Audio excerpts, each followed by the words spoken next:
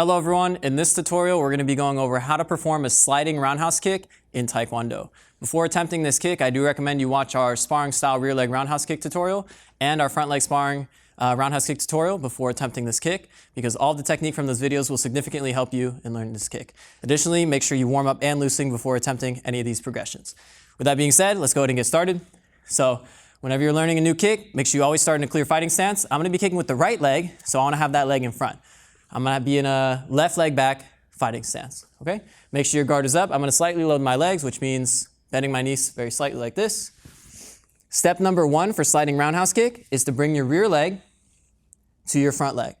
And I'm going to think about kicking my calf, touching my calf here. That's going to be step number one. So I bring my rear leg into my front leg calf, just like this.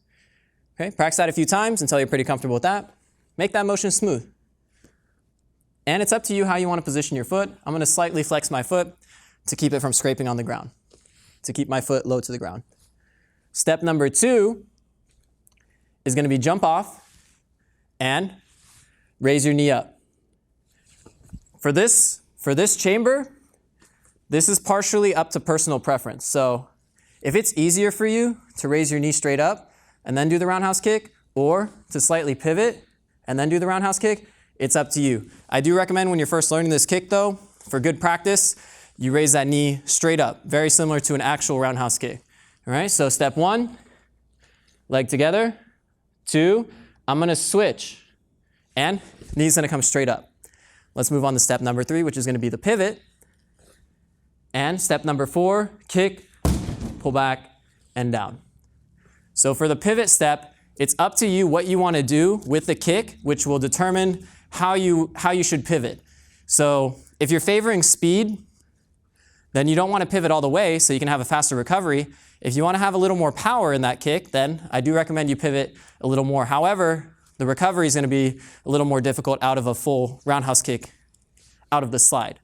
Okay, so if you want more power, pivot more. If you want a little more speed with an easier recovery, then you can pivot a little less. So let's go through all four of those steps again. Step one, kick my leg, the calf here. Two, I'm going to jump off my kicking leg and chamber it. Two, chamber. Because I'm going to be doing a roundhouse kick, I want to make sure my foot position is pointed. Step number three is going to be the pivot. So depending on what you want to do, you would choose how much you want to pivot here. I'm going to do a full roundhouse kick for this one. Pivot, and then four, kick, pull back, and down. Making sure to recover into another fighting stance to prevent being super vulnerable after you perform this kick.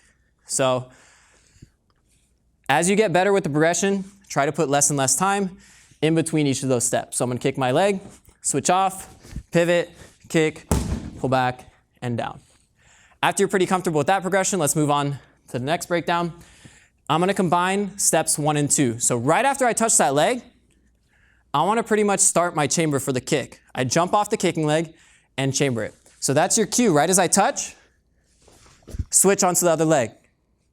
Then from here, do the rest of the kick. Turn, kick, pull back, and down. So watch that breakdown again. I'm going to kick my leg, making sure it's off the ground.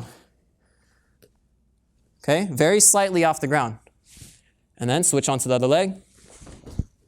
Turn, kick, and pull back down. Once you're pretty comfortable with that breakdown, it's pretty easy to go to the full kick. Still, try to raise your knee as straight up as possible to prevent getting caught on your opponent and for good practice, all right? And then turn over the hips. Another benefit to that is it's difficult to tell what kick you're doing if you raise the knee more straight up versus immediately going into that roundhouse kick position. It's easier to see that you are performing a roundhouse kick. So I want to raise that knee straight up as much as I can, and then I'll turn over at the last second and perform the roundhouse kick.